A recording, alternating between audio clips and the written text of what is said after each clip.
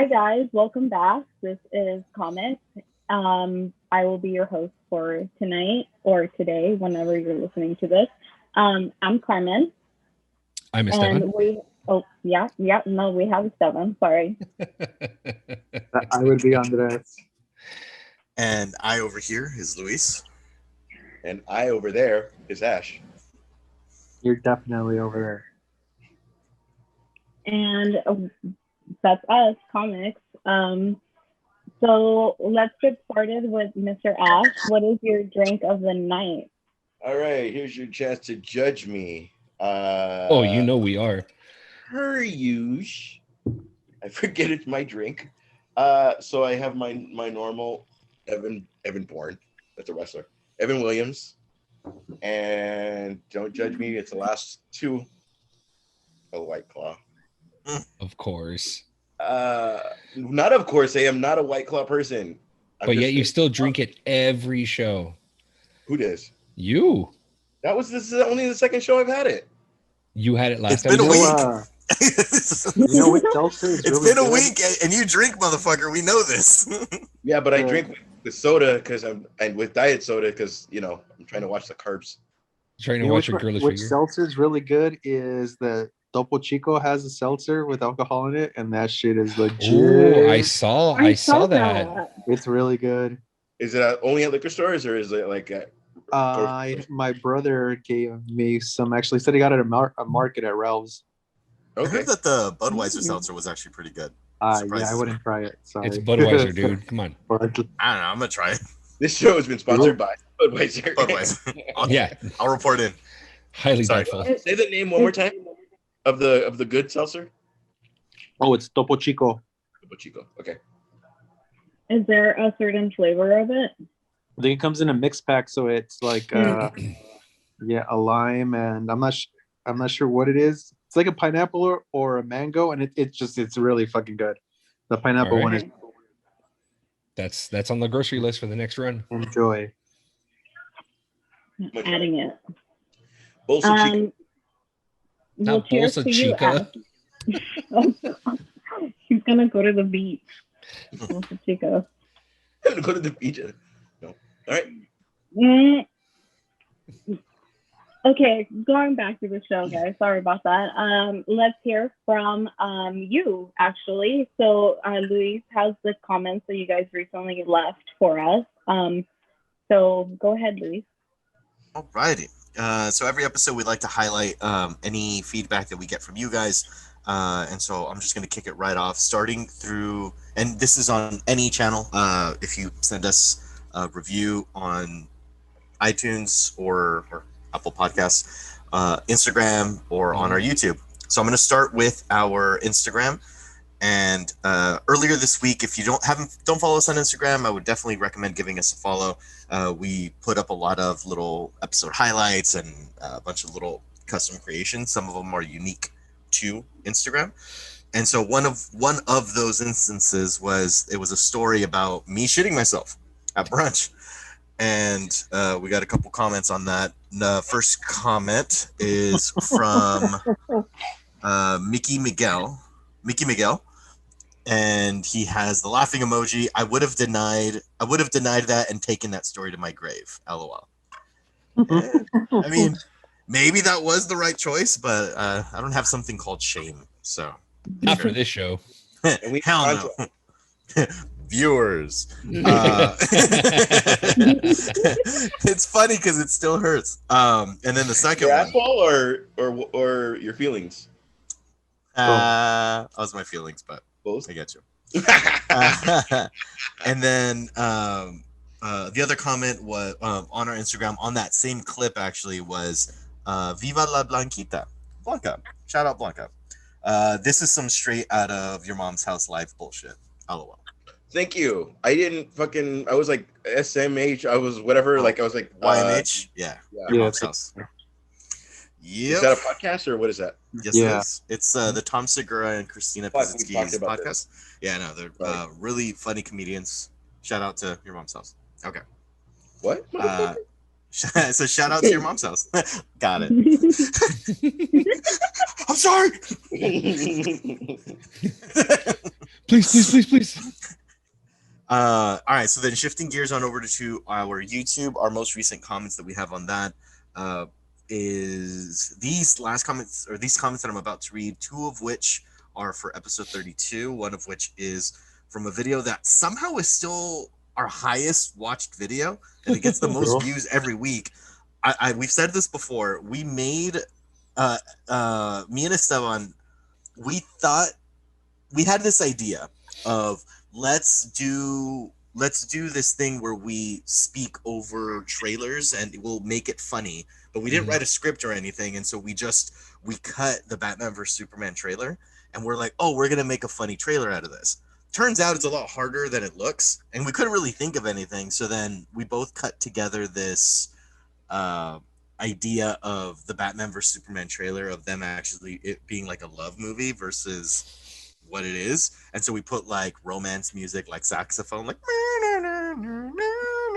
and it's like them looking at each other. Yeah, you're like the fucking guy from Police Academy, man. That was so spot on. Perfect, thank you. So spot on. But somehow it's still like every week it gets like in another 30 40 views a week based off of that. So You're still there. Oh, 30 40 views a week. And so one of the comments on it is from Gabby Black. It says, oof, Superman is daddy. And Henry Cavill is a very attractive man. So I'm not going to disagree with that. Thank you, Gabby I don't think any of us would disagree with that. So cheers to Henry Cavill. And a little sidebar. You guys saw the post that he did about the people harassing the girl he's dating? Did you guys see this?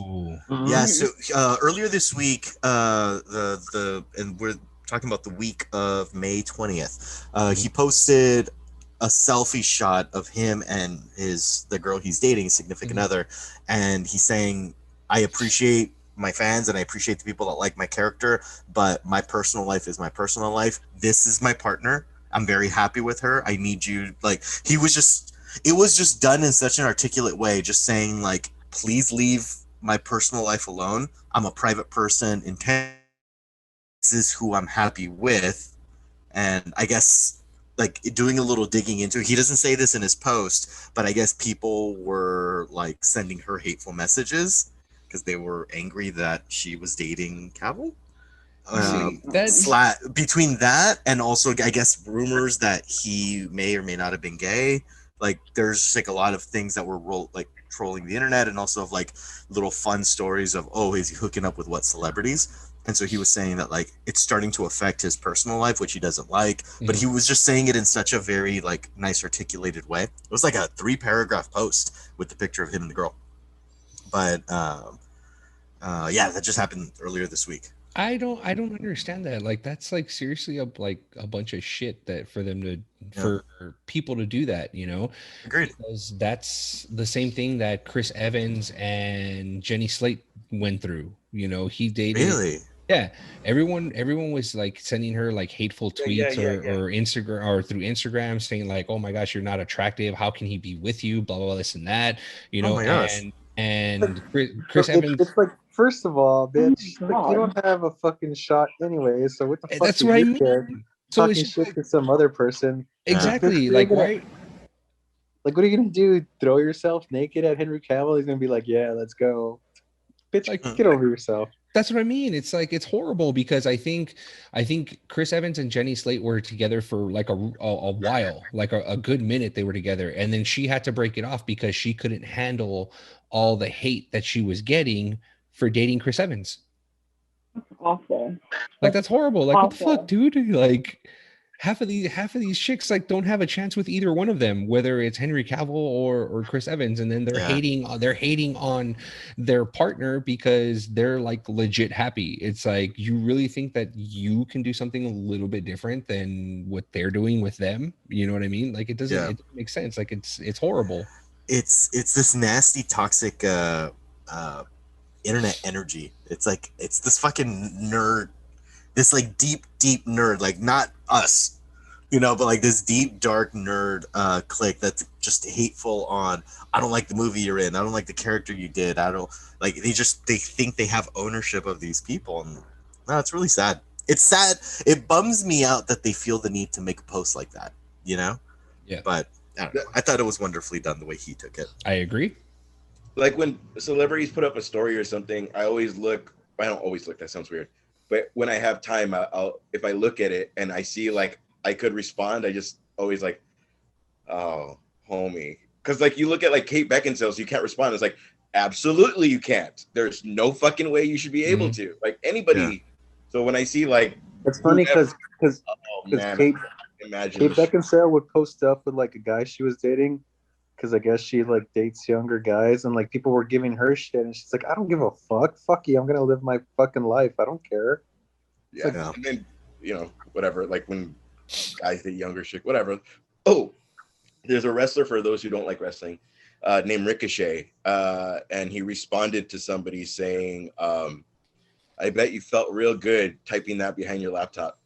And I was like, fucking A, it's some kid eating Cheetos judging a guy making a living just because he's not in the indies doing like flippity flips, which we all want, but still, like, you don't fucking hit up a fucking celebrity with your fucking, your bedtime's 11 o'clock.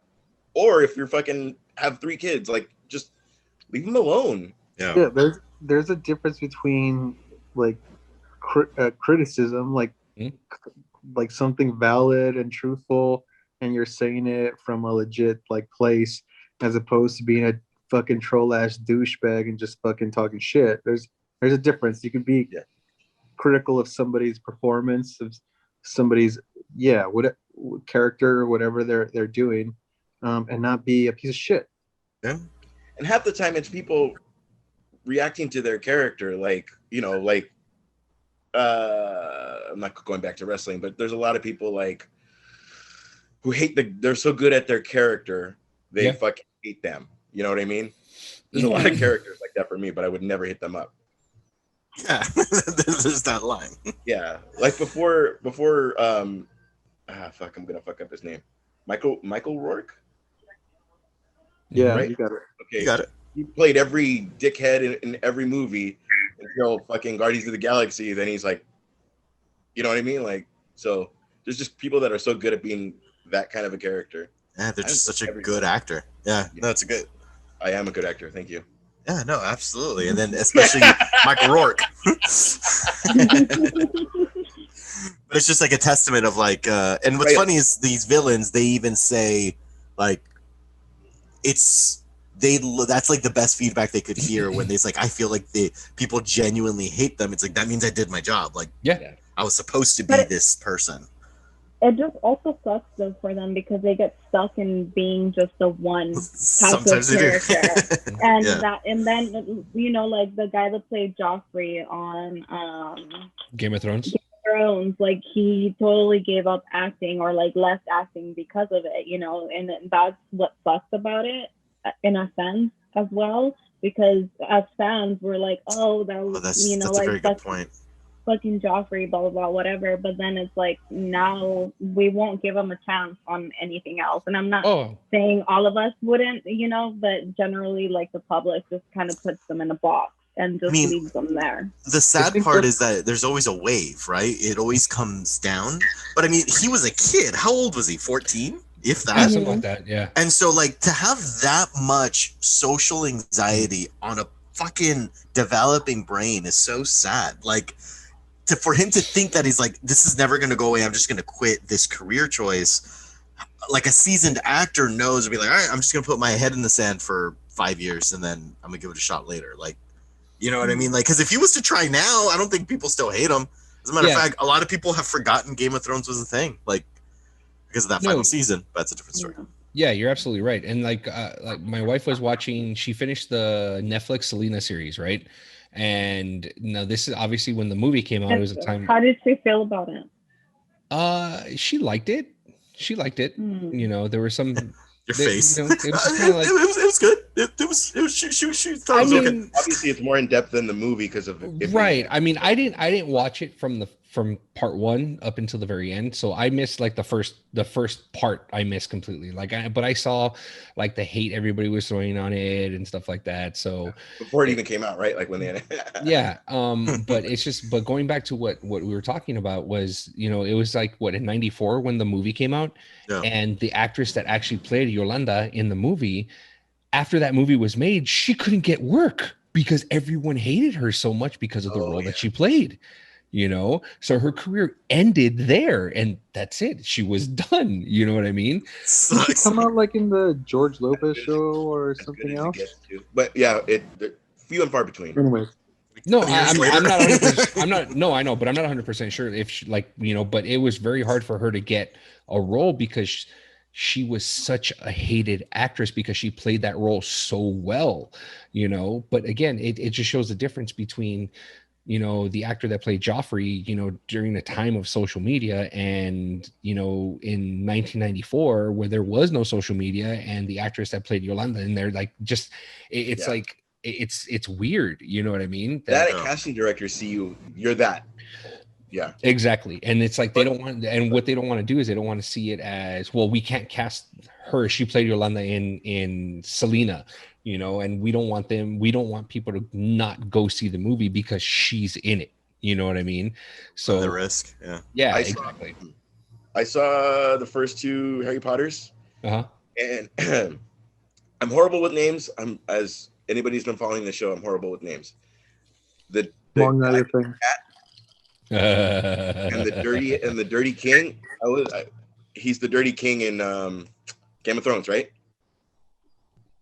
The long hair, straggly hair, fucking.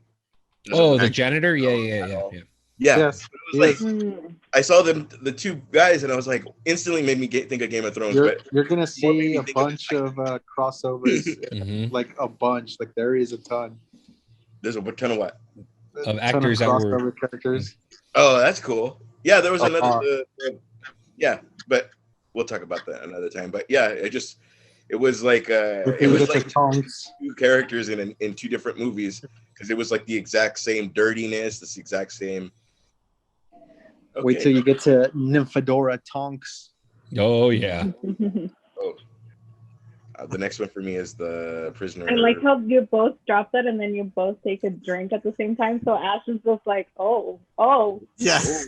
It's like when a comedian drops a bomb and then they take their sip of water to like let it sink in, you know, like they just drop some shit. I caught that too. What part is that? Is that 3, 4, 5, 9? You got a little ways to go. All right. Yeah. That's until. That's Order of the Phoenix, or just before Order of the Phoenix? Well, just before Order of the Phoenix, isn't it the Goblet of Fire? Yeah. Yeah, so it's either going to be the Goblet of Fire or it's going to be the Order of the Phoenix, either one of the 2. I saw Kenneth Branagh in it, and I was like, oh, fuck, Wild Wild West. Not great, but I mean, it was great. It was a great movie. That's Hamlet. Everybody is Every time I see Kenneth Branagh, that's Hamlet. Yeah. Everybody is so perfectly cast in that movie, or in these movies so far that I've seen. Did you know, sorry, before I don't want to go off on tangent, but did you guys know that Robin Williams auditioned for Hagrid and was denied because they wanted to keep it in all English actors. Oh shit. Yeah. Oh. Those kind of would have looked like fucking Jumanji anyway, though. Yeah, but it still would have been funny. It still would have been dope. You know, Robin Williams as Hagrid. I mean, come on. You're a wizard. He could have pulled it off. Mrs. Doubtfire was English, wasn't he? Yeah. No.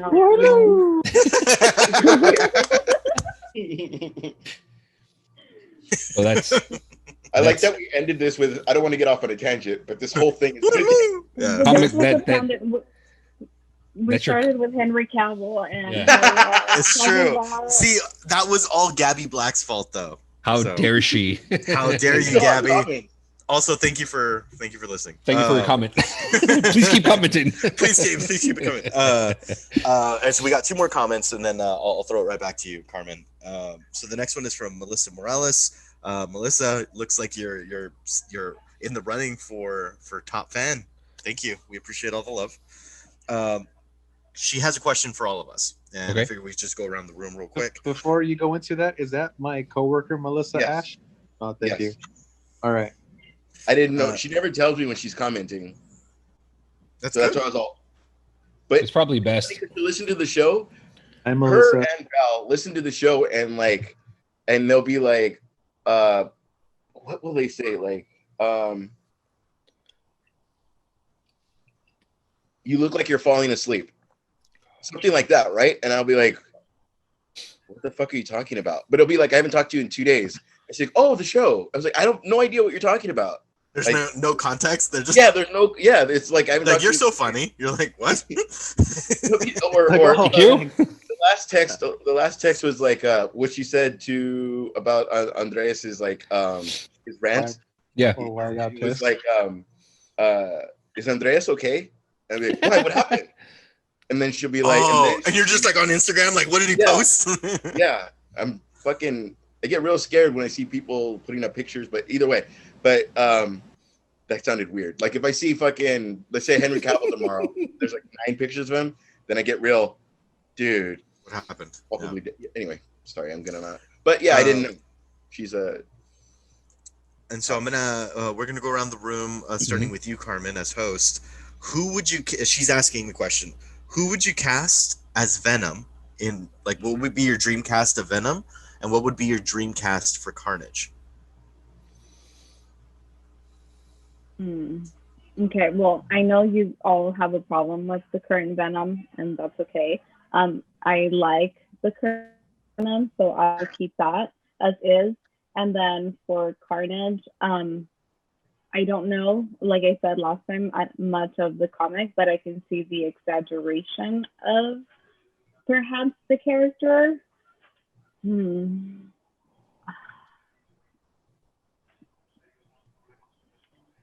Jim Carrey, maybe. Even that coming out of my mouth, I'm like, no, like number 28, definitely not. Right? 23, whatever.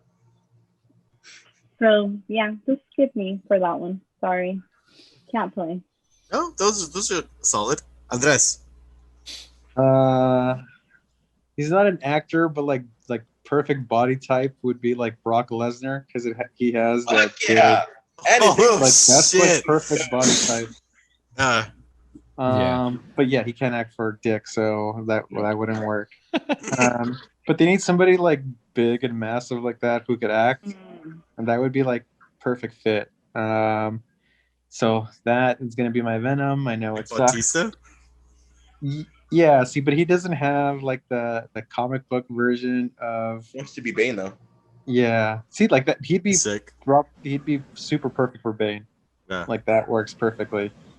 Let's see. For Carnage, I was gonna say if he was younger, Jackie Earl Haley would be perfect. You fucking took it from me, man. That's exactly. I didn't know his name. I just typed it psychopath. Up. Yeah. Okay. See, like, I thought in Sam Raimi's third Spider-Man, like they fucked up casting Topher Grace as Venom when he's a perfect, like he would be a perfect Carnage. Like he has the red hair, he has like he's a silly asshole, like he just needs to be a psychopath now, and that's it. It works. Yeah. Ash.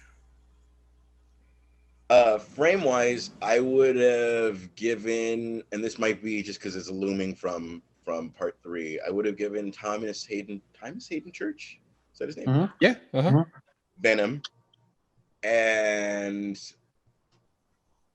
I would give if none of this was, I don't know if I'm using the word right, but canon, like Willem Dafoe as Carnage, but like as a one shot.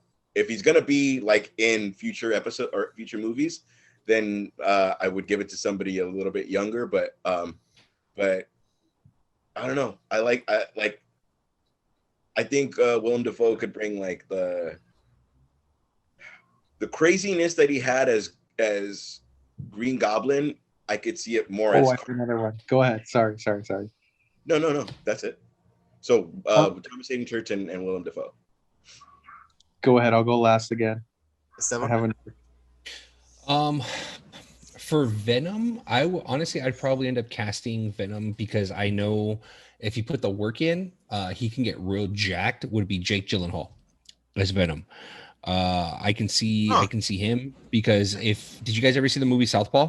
Fuck yeah, great movie. He got ripped for that movie. So if he can get to about that same body type, I mean, I don't disagree with Tom Hardy. I like Tom Hardy. Right, and that's the problem, is that he was already Mysterio. I think Tom Hardy's a great cast for Venom, but if he had his body type in the movie Warrior, if he had that same body type that he had in the movie Warrior, or if he was as menacing as in Bronson, if you've ever seen. Oh fuck yeah! Yeah, if he's like that menacing, that would work. He'd play it off better. Yeah. As far as Carnage, I'm leaning towards Cillian Murphy as Carnage. Nice. That is good. I see him as Carnage because he's tall, he's real lanky. I havenn't seen Peaky Blinders yet. I need to get on that like ASAP. I have to get on that. Yeah. I need to get on that. I haven't seen that either. So really good. Oh my god. You definitely have to watch shows of all time. Oh, I'm also mad at you guys. You guys told me to go watch Prodigal Son or whatever, and it got canceled. Yeah. Well, no, I didn't know that. Surprise! season 1's nowhere to be found. I can only watch season 2 on Hulu. No, you could find. It's on HBO Max. HBO Max. Yeah. It's on that. Yeah, it's on HBO Max. I did a search. I didn't find. God damn it. It's on HBO Max. It's where I've been watching it. All right, I was cursing all of you last week when I was looking to see what to watch. Like one at a time, like as you were like flipping through things, you're like, fucking Esteban, fuck Carmen, fuck Ash. Carmen and I have another show if you guys need one. Oh yeah. We have our private conversations. If you guys need a show, go watch on HBO Max, Mayor of Easttown. It is super good. It's so fucking. You guys see? Yeah, no. That is my new addiction. Yeah, we're all catch up. Yeah, it is my new addiction. Did you watch the last episode? Yes, I did. 2 episodes left, and they're dropping it per every Sunday. So this upcoming Sunday, and then following Sunday is the last one. It is so fucking good. I haven't been this hooked on a television show in a while. Yeah, Mayor of Easttown, and it's Kate Winslet. She's the main character of it. It's a murder mystery. That's all I'm gonna say. If I can check it out, it's really great. It is really great. But my casting on it would be actually Jackie Earle Haley. I think even at this age, he could probably do it. And that's he played Rorschach in Watchmen. Mm-hmm. He does that creepy. He said that, I was like, oh, that's cool. Yeah, hell yeah. He has that creepy like sound. The way he also played Freddy Krueger in the remake. Yes, he did. And I know that a lot of people didn't like that movie, but I really dug it. I enjoyed it. I mean, they gave him the Predator vibe versus like a murderer. Yeah, I agree. But I mean, that's not the reason I like. I'm like, okay, they made changes to it, whatever. But just like his voice and just the way, like one of the scenes. What I didn't like about it is they did make him a pedophile, where in the first one it was like they thought he was a pedophile, but he wasn't, so they fucked up, and that's why he was pissed. But kind of, if you watch this show. Yeah. One of the murders that he did, I just thought would just like give me chills. Like it's like one of the girls when she's running away in her dream, like, oh my god. He's like, no, not God, just me. Like, and he has that like fucking, oh my god, I'm just like, yes, like this is so fucking crazy and badass. Anyway, I think he would do a great Carnage. And I'm gonna agree with Carmen on Venom. Tom Hardy, I have no problem with him as an actor. I have no problem with even his physique and what they're going with. They need better writers, man. Yeah, like, I agree. It's not him, it's that. But I'm gonna spin it back to you, Andres. You had a second opinion on. I was gonna say, if you wanted to go younger for Carnage, you know who does a good psychopath and is like pretty young is I can't think of his fucking name right now, but he played who ended up being the Joker in Gotham. And his name's Cameron something. Yeah, Cameron. Yeah, I can't think of his name. Yeah, he was also in the Star Wars video game. He was the main character. Yeah, when people do collages, like they even have his before Leto was like approved, I guess, with the. They were showing this kid. Yeah. Would like even have his Joker before Leto's. Which is the fucking I would say if you want to go super young, that's you keep him around. You could hold a franchise. Yeah. All right. I thought took that shit seriously. Cameron Mahogany. On Gotham, he really took it serious. Monahan. Yeah. Shameless as well. All right, so that takes us to rounds out to our last comment. We're still on comments. Yeah, I'm so sorry, Carmen. Okay. No, you're fine. Fucking take me on a journey. All right, I was gonna say every time we have like a short, we think we have a short episode, the fucking we go off. Yeah, I think it's because we know it, and so then we start saying, "Oh, this shit," and then we were talking about Mayor of Easttown. By the way, you guys should all watch it. Before I say the last comment, I want to give a quick shout out to Adventures in Advertising YouTube channel. They are the newest subscriber to us. They've checked out some of our content. So if you're listening to this episode, Adventures of Advertising, we see you. We appreciate you. Thanks for listening. And that takes us to Zach. What a roller coaster! I'm sorry. I said, get us some sponsors. Yeah, please do. Zach comments on episode 32. What a roller coaster of an episode. I love it. By the way, I would love to participate in a game with you guys. And we have done that before, and we will definitely do it again. I think we might have mentioned it. By we, I mean all Ash's idea, but it might have been mentioned a couple episodes ago, a couple months ago, maybe, that we wanted to do, like, bring a couple fans on, maybe have one huge game. It'd be fun to have like a fake battle of who the best fan is. I think it would be fun. And so far, it looks like Zach, Heavyweight, and Melissa are all in the running for it. So if that sounds like fun to you guys, let's put up some Hunger Games. Let's just create things. Hey, that's what I'm fucking saying. Anybody that's listening right now, if you guys would be interested, I was gonna say, I want to do some trivia. Belligerent pacifist posts or comments every once in a while on our IG. So belligerent pacifist. There it is. Thank you for everything. So if you're listening to this and you want to be a contender and be like, dude, I can smoke these people in random trivia, comment below, let us know. Yeah, and may the odds be ever in your favor. I want to bring up how I made you all my bitch last week. Thank you. Yeah. I wish I knew how to do the whistle. I forgot how the whistle goes. Okay. Oh, damn it. Back to you, Carmen. But are you going to be thinking about it the whole episode, and then just randomly you're going to drop it? Yes. He's just going to be angry this entire episode. Hey, Andreas, what is that? It looks bomb. Old fashioned. Oh, shit. Yeah, a little black cherry in there, too. God, the good ones. Mr. Fancy. Luxardos. Those are the best. They are really the best. So this week we had a lot of Batman animated show announcements, and also just like overall. Yes. Mm-hmm. It's true. There's different Batman. Batman. Not Batman's. Batman's. She said it right. Goddammit. But the first one was AT&T is interested in Batman, the Arkham Knight series for Ben Affleck. So I'll go to you, Ash, first. How interested would that be for you? Like, how interesting, how excited are you for this subject? Not at all. I would be happy because I'm not real ecstatic about Affleck not being Batman.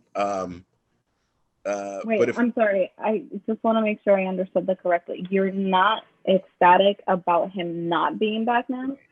Yeah, because I don't like. I mean, I'm not restore the Snyderverse. I could remember he's all against change, so that's his. Yeah, he doesn't like change. Don't change your shit. Mm-hmm. Don't change my shit. Yeah, but I do like. If they handle it like the Batman series is different from this series, like that's basically, I think, going forward what fucking Warner Brothers or now AT&T, since AT&T basically runs Warner now, is what we're going for, is like everything is separate unless they tell you.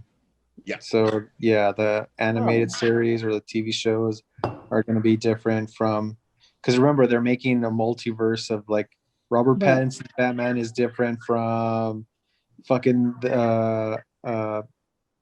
Joaquin Phoenix's Joker. They're different universes. Congratulations, you now speak Ash. Oh, I've been translating for you for a while now. Yeah, Andres took my job of translator. Yeah, he got it. Exactly what he said. How do you feel about it, Esteban? You know what? The drama that's going on over at Warner Brothers, it sucks, to be quite honest, with everything that's happening. This is canon, this isn't canon. Oh, we're gonna go ahead and fuck with the director and, you know, accidentally, you know, drop news when, you know, the Justice League, Snyder's Justice League is, you know, just raking in money for HBO Max. I think in this instance, I would love to see an Arkham Knight series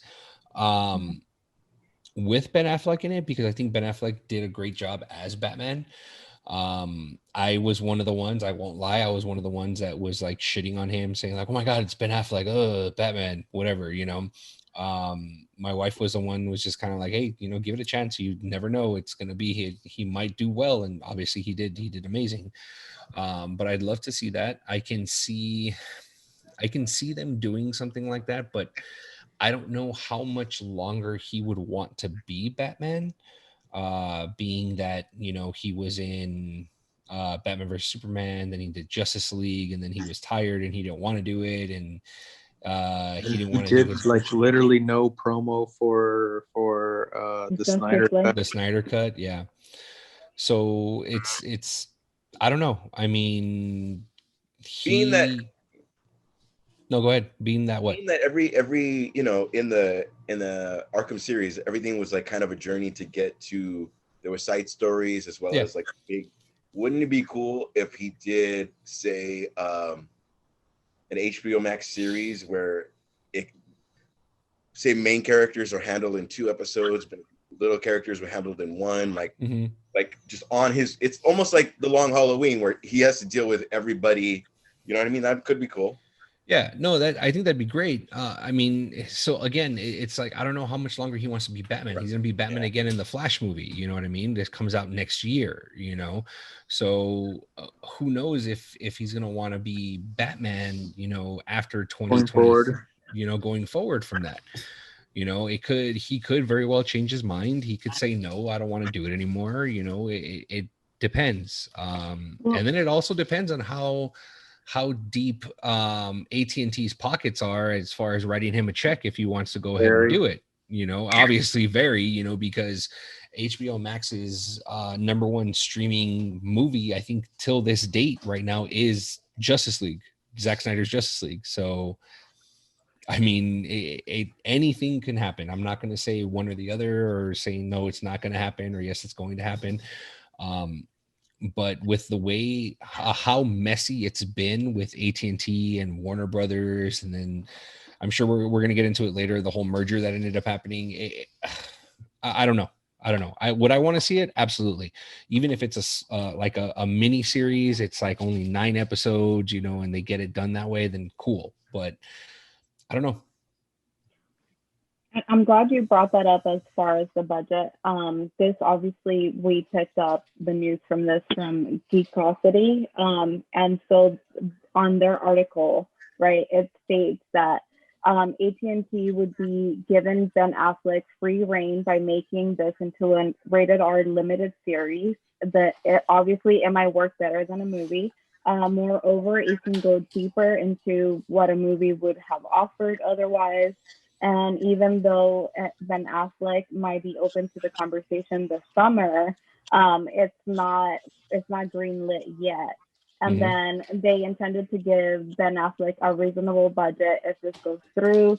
Nevertheless, it won't be as large as the Snyder budget was. Right. See, that's perfect because I know that was the big deal when he was going to go ahead and do his own solo Batman movie. Was Warner Brothers got into it. They were telling him, yes, no, do it this way, don't do it that way.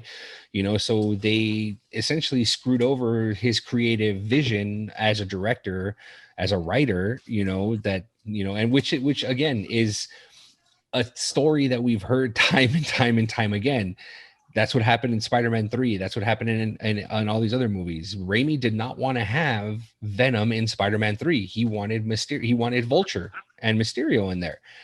But the studios kept pushing and pushing. No, you got to bring Venom. No, you got to bring. Well, fuck it, then I'm going to bring in Venom. But wasn't Ben Affleck's Batman going to be called The Batman? Yes. Yeah. So that's now Robert Pattinson's. Right. So yeah. Mm-hmm. How do you feel about it, Andres? Go ahead. Sorry. I think they're AT&T is playing it perfect, where it's like, you want to do Arkham Asylum? Here's the money. Here's the general idea of what we want. You could go fucking run with it, and you're like in charge. So you're the Batman. You get to pick the directors. If you don't want a director, you could be the executive producer, and it could be your storyline, and you could input in it and go forward. I think like use the video games as just like the backbone of it, or the spine of the show, and you don't have to necessarily focus on like the main villains. It doesn't have to be the Joker, it doesn't have to be fucking Catwoman, it doesn't have to be the Penguin, it doesn't have to be Riddler. You have enough of a rogues gallery where you could create a story and go that way. And if you want to use, like, even at the end, if you want to like save a surprise and say, all right, fuck it, we're gonna cast Bautista as being as that's what he wanted, like, you could have it lead from the show as that, and it goes into the movie. And if you don't want him to take I guess, I don't know if you're gonna have what the fucking Prime universe is gonna be in DC, since it's all fucking bullshit and up in the air. Whatever, you can still play the fucking Batman if you wanted. AT&T has money. There, you could pay Ben Affleck whatever the fuck they want, and they can keep it going. So yes, would you want to see it, a series? I actually love those. I had stopped playing video games for a while. Those were probably the Arkham series, or the last ones that I played through that I really enjoyed, and it's really good. Like the voice action, the storyline was good, the gameplay, even though I hated like the driving scene, the driving missions, but yeah, those are god awful. They were just hard. It was fucking hard, but the game was good. The tanks. The game was great. Yeah, exactly. Luis, your thoughts? I'm always down for more content. I'll just keep it brief. A lot of the colleagues here, we all share a similar opinion on it. The only thing that I'll say is what makes me nervous about the merger is that a lot of comic books got canceled when the merger became official. Yeah. And so what worries me, and only time will tell, what worries me is that they're looking what they can cash in on. And it's like, oh, this will make us money, this will make us money, this will make us money. And so if it's just a bunch of like money grabs, then, and if there's no heart behind projects, not to say that this one won't be, but it just concerns me that it'll be even worse than what we've been receiving as far as DC properties, where we feel the viewer can feel that it was half-assed. It's like we didn't deserve a Justice League the way we deserved an Avengers. Like, right, that was really built up. Or even Suicide Squad. Suicide Squad, despite its flaws, I liked the way that they kind of brought you up to speed of this person's this, here's his story, his 2-minute backstory. Here's this person, here's his 2-minute backstory. And here's the movie. And like, I thought that did it well, but just, it just worries me to see how quickly they're going to move along and what their plans are, very ambitious plans. We'll see how the execution is.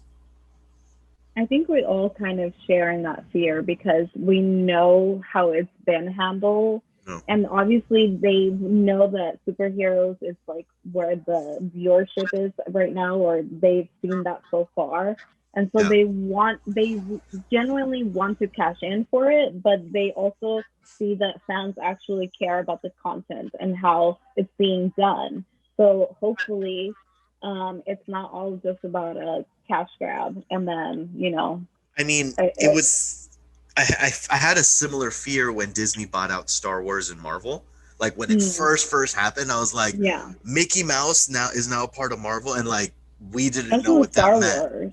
Yeah, same. Yeah, we didn't know what that meant, and then when the first Marvel movie and then also when the first Star Wars movie came out, they shut us up, being like, give us more of this, like so hopefully we just see more quality shit. It's all Demolition Man when we all go to Taco Bell.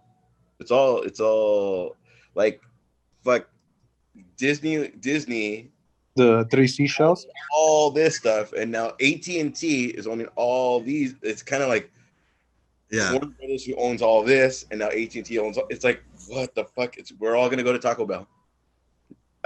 Not literally Taco Bell, but the idea. Don't worry, whoever saw the fucking movie gets your reference. Disney buys that out, and then we get to see fucking JLA versus X-Men. And for those of you who haven't seen it, put pause on this podcast and go watch it. Can I eat rat burgers in the sewer? And then come back. Yeah, it's fucking Godfather Part 1. Can we have sex with like VR headsets like they do in the movie? The Hunka Chunka. That's the only line I fucking remember. Use the three seashells. Oh hell yeah! During all those jokes about during COVID, like the three seashells, like when there was no toilet paper, like that would have saved us. Look at us looking ahead.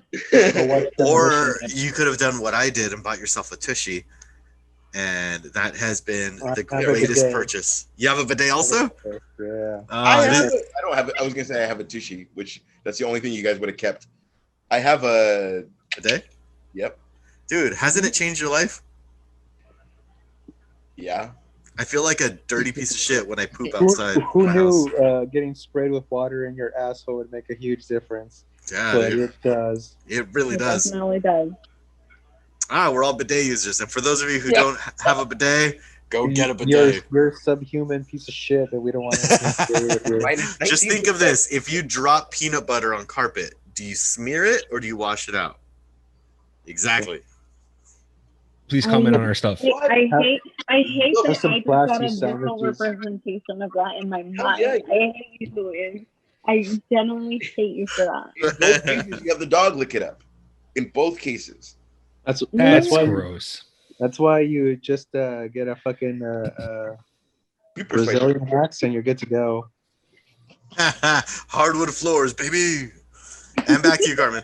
I see. Zing. In other Batman news, there's a new Batman animated series from Bruce Timm and J.J. Abrams, and hold on, and Matt Reeves that was announced. And I'm actually excited for this just because, as you guys know, I did start watching the Batman animated series, and I fell in love with it truly. So this is 100% I'm excited for. So I'll go. I mean, whoever wants to talk about it, because I know all of the different animated series other than the animated series they want to continue from the Batman animated series. What did you say? I'm sorry. I was caught off guard because you interrupted me.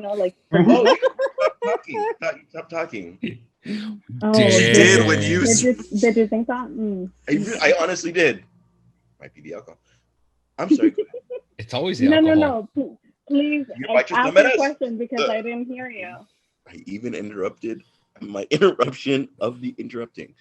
Do we know if this is the because remember they announced that they were going to do more Batman animated series? I'm still down to play.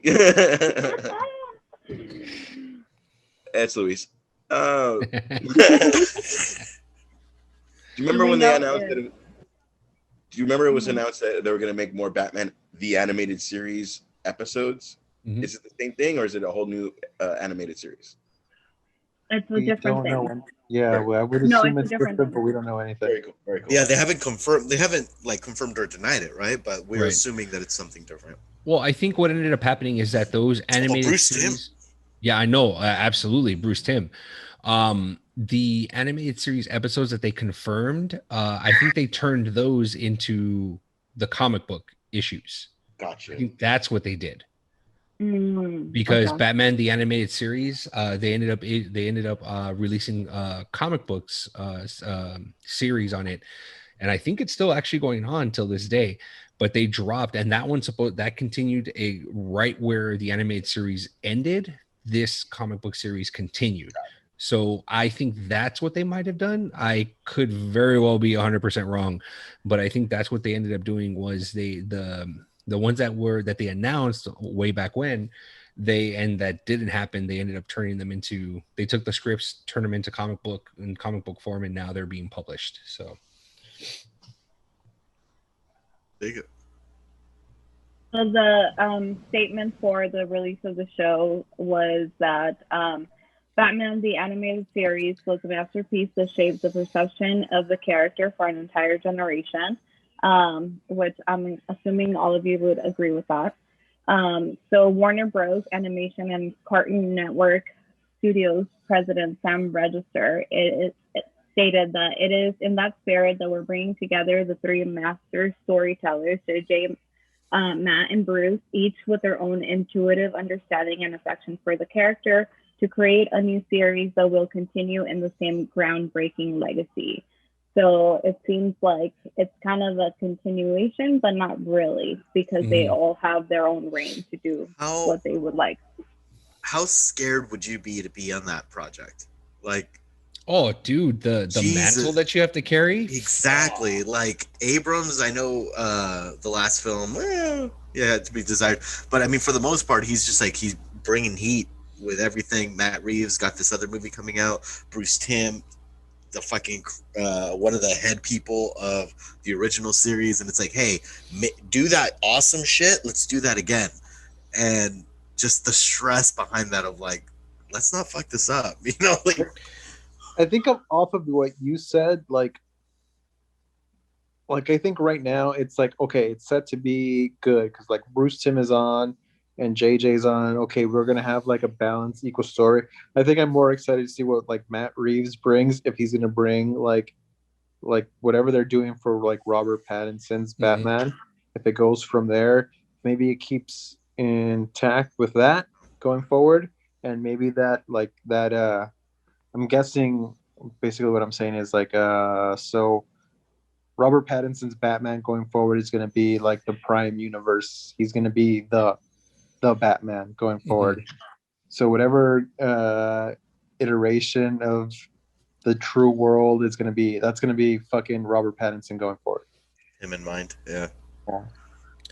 No, like between the movies and the did I cut you off? No, go ahead. But between the movie and the series, there's a lot of things that are like this is what Scarlet Witch was doing while you guys were watching this movie, or this is what the Hulk was like, whatever situation it is. Even if it's like there's this movie and then they do a part 3, but we see what the other person was doing while that was happening. Like that, like the animated series, this is what was happening during, if we're going with the Batman or whatever we're going with, like, or this is how we got the new Joker, or this is how we got to, like. That would be so groundbreaking if an animated series followed a real life version of that. Like, this is what's happening. That would be so sick. Without having to stop anything. This is like, okay, well, you're creating this universe. Okay, part 2 came out. Okay, now it's Scarecrow, and this is how, if they don't show how Scarecrow was made, then we kind of show it through the animated series. You know what I mean? Like, that would be kind of cool. No, I know exactly what you're saying. Like, whatever's missing, fill in the blanks. 20th Century Fox did something similar. In X-Men 2, whoever I forgot the actor's name that played Nightcrawler, but he wasn't going to return into X-Men 3 because of something. What's his name? Alan Cumming. Yeah, he played Nightcrawler. That guy. And so for some reason, which I don't know, I'm not going to talk out of my ass, he didn't return for part 3. And so they created this video game that patched the in-between from 2 and 3. The video game was god-awful. Not too many people played it. But one of the playable characters was Nightcrawler. It was Nightcrawler, Iceman, and Wolverine. But it's similar to what you're saying of like, oh, there's another movie that comes out, but like you don't have to watch this animated series, but if you did, you would know this shit that happened. A la Clone Wars, you know? Yeah, like it just kind of fills in what I'm watching, beefs like up the the story. Bad Batch or Clone Wars, or you know what I memean? Like you're seeing all the I didn't know anything. Sorry, Rosario Dawson's character in Ahsoka Tano. Ahsoka. I didn't know anything about her, but then now that I started Clone Wars, I was like, oh, okay. But you guys got to nerd out about it before I knew anything about it. Like, and she's like the shit though, right? Right? Yeah. She's the but shit. That's what I'm saying. Like that, things 100%. like that could be cool. Like, yeah. It's like if you're a comic book fan, you would read like if there was an event, like there's the main books in the event, and there's like side stories that are related to that main event, but they're not necessary to read. But they just give you some fucking like background info or some side info that you need. So like if you're like a true collector, you'll go and watch that shit. But you don't need it to know what's going on in the main storyline. And if the bad guy dies in the movie, if it goes back, he could be the main villain of the series. You know what I mean? Like the little things like that could be cool. I think it would be cool. I think because I got hooked on Love, Death, and Robots recently. I started watching it, and how Netflix? Yeah, it's on Netflix. It's Netflix. Volume 2's out. I think by far my favorites, the one story I didn't like was the yogurt story. That one was just fucking god awful. I couldn't, I'm like, what the fuck am I watching? But what if, since we have Bruce Timm, Matt Reeves, and J.J. Abrams to create this new animated series, how dope would it be if they did it like a very Love, Death, and Robots type of way? Like the animation's different in every single episode. It's completely different. It's written by one episode's written by Abrams, one by Matt Reeves, and then one by Bruce Timm. But it's different. Like it's Batman, kind of like the Animatrix. Yes. Sounds cool. It's something like that. For it to be something like that, I think that would be dope for them to do something like that. Where it's like Batman's, and just like we were talking about earlier, Andres was saying, Batman has such a fucking massive rogues gallery. It could be anything, any villain that can be brought to life in this animated story that hasn't been brought in before. Or if there was a specific character that did, or a specific villain that didn't have closure in whatever episode, it's just brought in for this one. Yeah. So, like, I don't know shit about Calendar Man, and I think I know a lot about Batman, but Calendar Man is like, and the obscure ones. We'll talk about that later, but The Long Halloween did a lot. So I was kind of like, oh no. Well, and also in Arkham, or it's Arkham City, right? Arkham City, he plays a big role. He has a side story where if you keep going to this, like if you go, if you go visit him, because the calendar is set up on your console, whatever you play. If you visit him on like April Fool's Day, or if you visit him on Mother's Day, Father's Day, like he has different shit to say, which is interesting. Oh, that's cool. Nice. I like that. The other, we're not done with Batman news. The other, definitely, Injustice. That is a story that Warner Brothers confirmed that Injustice, an animated movie, is going to be the next title in its animated film that will be released. And it's been confirmed that there's going to be a sneak peek or the first images of it during the Long Halloween Part 2. Like there's going to be like a little trailer for it. That has been confirmed. So I know there was a little bit of the Injustice story and the Snyder Cut, right? Towards the end. Yes. So how would you like the story to be done? Because obviously there's a lot of content to the story. But do you think that the animated way going about the story is way to now that we're done with Snyderverse? I mean, it was its own thing. The Injustice video game came out first. Yes. And then less than a year later, the comic book came out, and it was telling the story, which pretty much ran parallel to the video game. Then it continued after the events of the first video game, and it evolved into other characters and showed growth of existing characters. And then when Injustice 2 came out, it revealed that was canon. Like the game took place at that point, and then it's story mode again. Really great storytelling.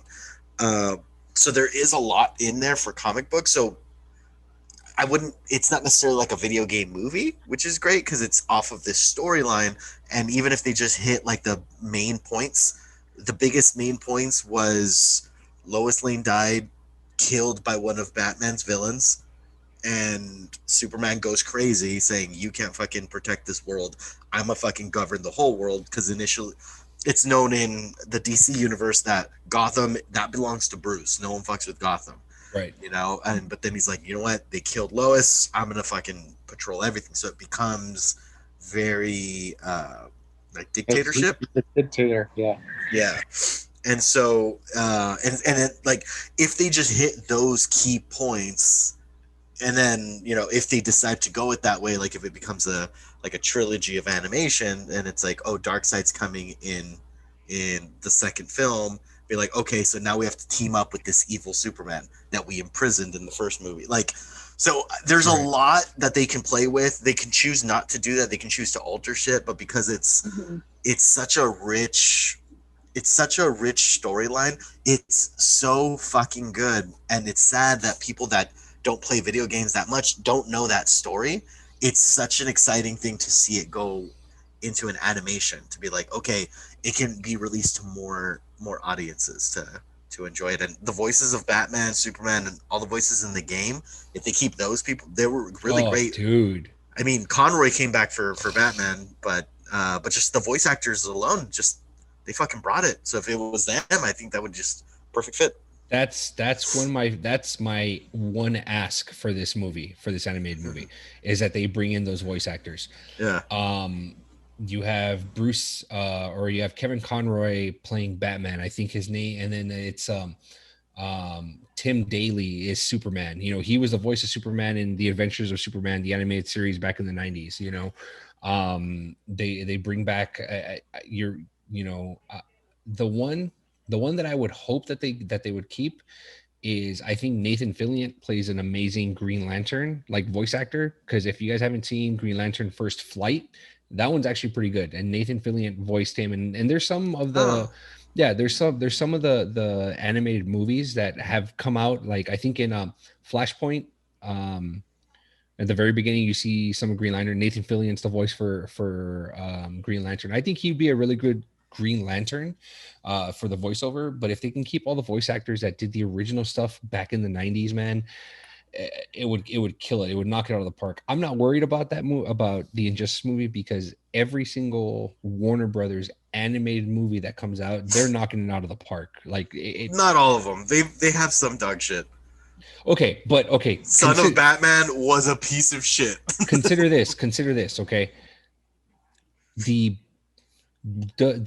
Warner Brothers animated series is equivalent to the Marvel Cinematic Universe. I guess sort of. Okay, because you have your hit and misses, right? Yeah, right? Yeah. Okay, so like you're saying, Son of Batman was a major miss for a lot of people.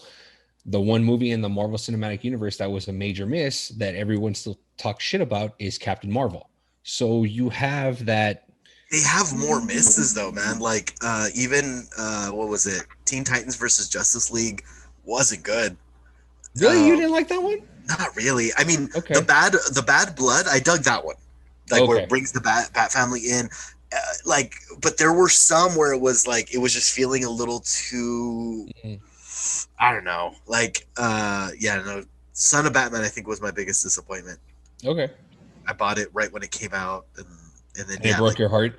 Oh fuck yeah, dude! And then after that, and then a little bit after is when Teen Titans versus Justice League came out. I didn't really dig that, but anyway, I digress. Okay. Some movies are for us, and some movies are to get kids into Batman, Robin, the fucking what's the one that's all campy? I don't Teen Titan. Is it Teen Titan? No. Teen Titans Teen Go. Titans Go. Yeah, I'm like, oh god, no. But I couldn't do that either. Yeah, my kids watch that one. That's really? Yeah, Good. no, that's Dude, the one that they watch. give them Yeah. ratings, man. I'm down with it. That is not bad. It's Teen funny. Titans It's Go fun.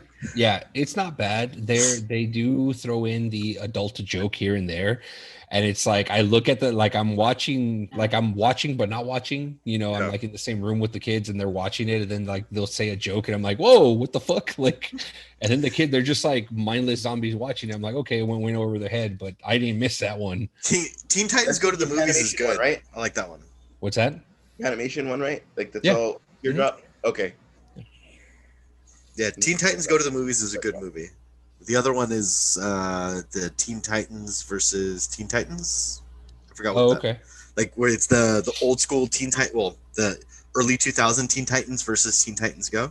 Yeah. That one's on HBO Max, and that one's very campy, to Ash's point. You just have to be in the right mindset. You're not going to watch a riveting DC tale. Got it. There's a guy sleeping on my balcony in like that, in that realm. Look how serious you got. Whoa. It's a sick throwback from fucking. So if you're like brand new, you need to go listen to the beginning to get that joke. Yeah, you'll have to start from episode 1. We won't tell you which one. You tell us which episode. Yeah, comment below. Let us know. And the last We are working on merch. If the person that says what episode it comes from, the first person that makes that comment gets the first Comix podcast merch. Why are you making promises? Why are you making promises? He could go get on his own. Don't worry. Hand created by Ash Fierro. Continue. Oh fuck no. He's like screen printing them himself. He's like, you will get the first piece of merch and $100. I'm like, whoa, dude. And the giveaway, you're gonna win it. You're gonna win, and you're gonna win, and you're gonna. Jesus Christ! I love the energy though, Ash. Yes. Appreciate you. Buddy. So the last piece of Batman news for this week was the Long Halloween Part 2 trailer. I'm already excited for the Long Halloween Part 1, Part 2. So, I mean, that's no different with the second part being released. Did you guys get a chance to watch it? Yes, it was fucking gorgeous. The animation, I love the animation. Love the animation. Hell yeah, ditto. Looks good. Did you guys ever play? Did you guys ever play the Batman? And then you could pick and choose, help Catwoman or go this way. It felt very that. Telltales? I fucking really liked it because it felt very, very that. Like you and I are talking, but everything else is very still, very like kind of almost not. I don't want kind of cut and paste or like.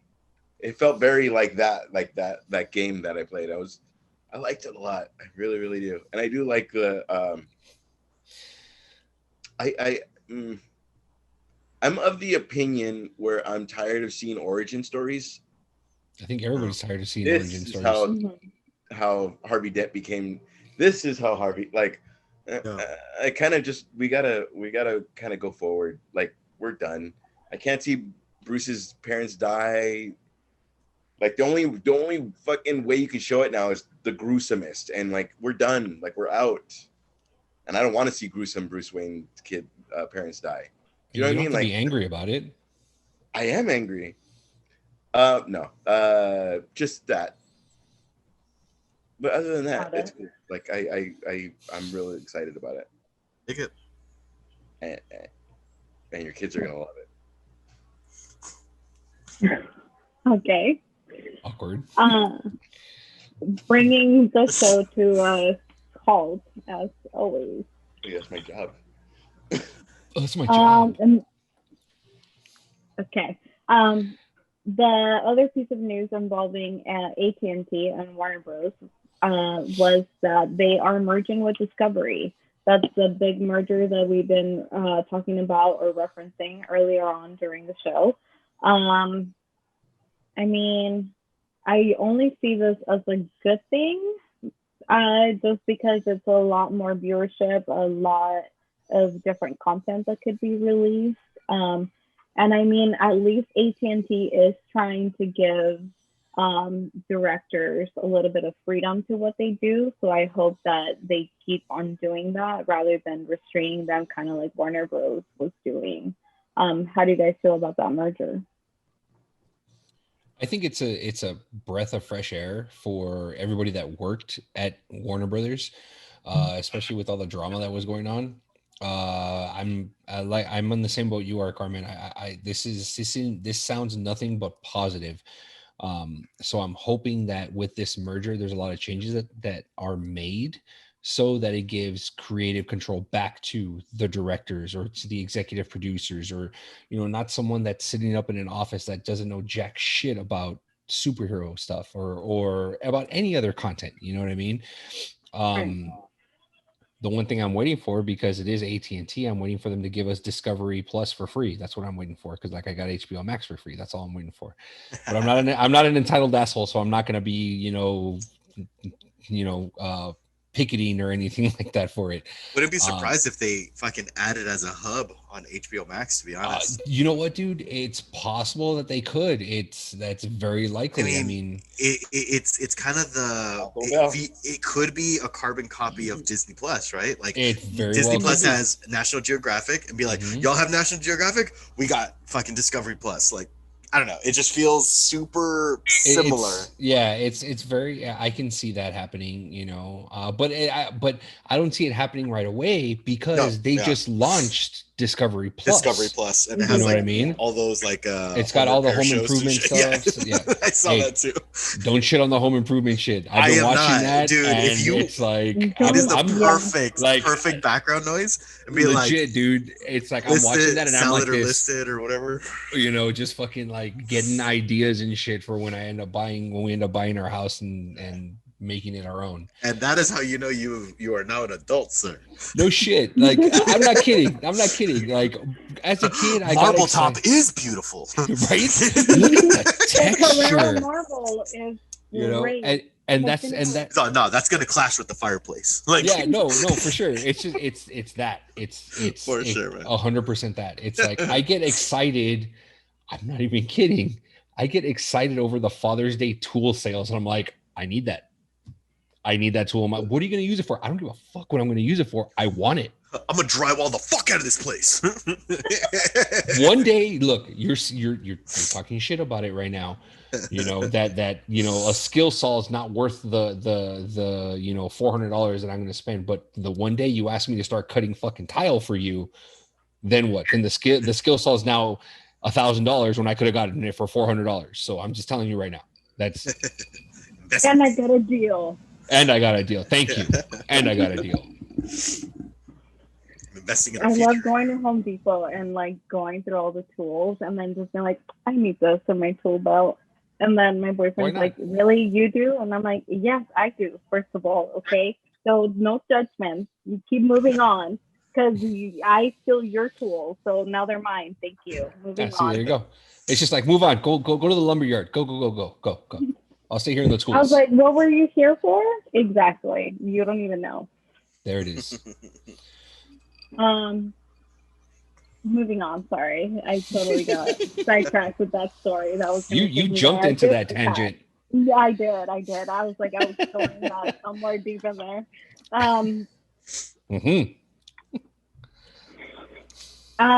There was an announcement about, we were talking about, and I think Ash, you were the one that brought it up, the Bad Batch.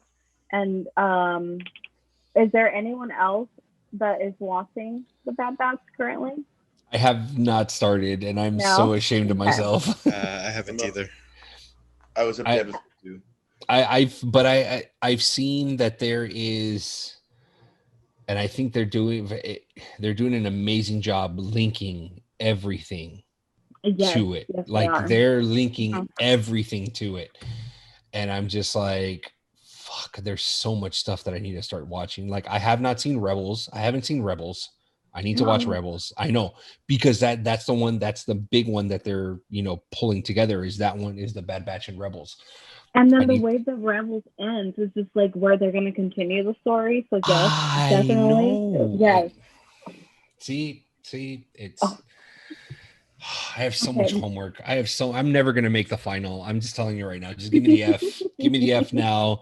I'll make up the class next semester. I'm good. For everyone else that's not watching it, even if you're a listener and you're not watching it, I know some people don't like animated shows. This is an animated show by Disney. It's really, really well done. The first episode was released on May 4th. And it's a short movie technically because it's about like an hour and something long. Like an hour and 10 or something, right? Yes, it is. And it gives you a lot of background of exactly what happened right after Order 66 and like what's going on. So it's definitely like a perfect show for linking everything that was happening and, you know, like giving you references to like different things that we've seen in movies or other shows. So I recommend it. Ash, what are you thinking about the show? No, he's so pensive right now. Look at him. He's really thinking about it. Right? Either that or what he's gonna have for breakfast tomorrow. One or the other. Yeah. Difficult choices. It's so funny that I'm the Keanu of the show, but without the looks. How does he name himself the Keanu? Right? How does he name himself the Keanu of the show? I mean the Keanu, not the fucking actual Keanu. You know what I mean? Whatever, dude. I know. And they go, how do I down myself and then like, no, you're not even that. It's like, fuck. I expect that from Andreas, not you guys. Did you hear it? Everyone heard it, right? Fuck. What franchise can HBO Max have that's like Star Wars if we were to do the mirroring of Disney? That's what I was thinking. And then 2, Bad Batch. I can't give my opinion without spoiling anything because I didn't gravitate to Clone Wars. I didn't gravitate to Rebels. But Bad Batch is like all me. Bad Batch is fucking all me. Like in this 5 minutes, this guy's my favorite. In this 5 minutes, this guy's my favorite. And shit happens. And I would just say my favorite can't be my favorite, but I'm hoping he's going to be my favorite. Cross. Mm-hmm. But also Crusher. Crusher is just like fucking dope. Like Crusher's so what he did for the one character has everybody's fucking. I'm not ignoring you. I'm listening to you, but has everybody's back, and at the same time, like total guy, and then he sees a kid and it's like he. Bad Batch. Is that your shit? Style is like that's your shit. We're talking about Clone Wars, like that's my shit. No, when people were talking about Clone Wars, like I felt like I was missing the boat, and there's things I'm missing. But Bad Batch is very. Somebody give the spoiler alert. It just go ahead. Spoiler alert. Well, like, is it okay that I say this amongst us 5? There we go. Thank you. You actually see the order, and then like there's homies that are like, oh, go in, and then there's homies that are like, fucking, no, wait, this guy was our best friend 10 seconds ago. Like, what are we doing? Like, Bad Batch is my shit. Have you seen? Did you end up watching the 2003 Clone Wars series? I have not, but I saw that it's already up, so I will start it. It's 2 volumes. They're both mini movies, and it fills you in between Attack of the Clones and Revenge of the Sith. I saw the 2. Okay. I saw the movie that should lead into the series, right? No. This one's different. This one's like actually like hand drawn. Yeah, it's not computer animated. That's the Samurai Jack animator, right? Yes, thank you. Yeah. Yes. Like, see. Oh yes, I know about that. Yeah. I think aren't they calling it like retro Star Wars vintage or something? Yeah, it's calling it Star Wars vintage. That's what it's under. So if you want to get filled in, oh jeez, of course, somebody fucking. You want to get filled up? What minute are we at? 23.93. Thank you. I'll take care of it. So if you want to get caught up of what happened between Attack of the Clones and Revenge of the Sith, watch Volume 1 and Volume 2, because that fills you in completely on what happened, how Anakin got his scar on his face, to the very first of the premonitions, the premonitions of what he's to become he's in bed later. No, not from from the movies. No, right, but it gives the first premonitions of what he is to become down the road, because I think Attack of the Clones did it fucking perfectly on who he's supposed to become down the road from Anakin to Vader, but the animated series does it. I mean, they did it first, but it's not as well as they did in Clone Wars, if that makes sense. Yeah, I was gonna say because the animated series didn't. They did touched up on it, and they kind of like hinted to it, but not really. They kind of just left it to your imagination. So if this really goes into it, I'm down for it. I'll watch it. I mean, it was already on my list, so yeah, I loved it. I think it's great. It'll fill you up with Star Wars stuff. And what I think what Ash also was referencing is that Bad Batch really is true to like pulling at your heartstrings, kind of like a Disney movie would, you know. It's really like with the emotion, and like you are compelled to just love every character that's presented to you. And it's it's what I love about Disney, that Disney does really well. And so I'm really digging the show. I was telling my boss about it because she's a big Star Wars fan, and she doesn't watch anything that has to do with animation. She just watched the movies. Yeah, I know. And I was like, I don't know how much of a big Star Wars fan you are, but moving on. I was telling her about it, and I was explaining to her, you know, we are now seeing how we went from clones to troopers, or like recruitment of troopers, or like different people being troopers, and the different projects that they're laying out. So I think that that's interesting. And the reason why I brought that up was because I was thinking of these last movies, the Last Jedi. Oh my God, what's his name? Rian Johnson? No, the actor. He was a stormtrooper that it was. Oh, John Boyega? Like with the Force, yes. Yeah. Okay. So see, this whole thing was my segue to the news of John Boyega on his own movie, Attack the Block 2. Totally went a roundabout and like went on a different way to it. It doesn't matter how we got there, as long as we got there. Well, we're here. Start from the bottom. I will. What? And now Started we're here. Started from the bottom, and now we're here. Now we're here. I got that reference. Thank you. Appreciate it, Carmen. I'm sorry. That was very Captain America. You said tops and bottoms. I heard bottoms, and I'm just like, yeah. But I don't know anything about the movie Attack the Block 2. Somebody please go ahead and take this and tell me what it is about. Attack the Block's a great movie. It was a great indie movie. It was John Boyega's breakout film. Long story short is aliens end up, coming in and invading Earth, and it's John Boyega and his crew of misfits to try to, stop them, or just essentially trying to survive. It's really well done. I loved it. It was great. Nick Frost is in it. If you guys don't know Nick Frost, he's side by side with Simon Pegg in everything. Hot Fuzz, Shaun of the Dead. What's the third one? The one where they're doing the Save the World? No.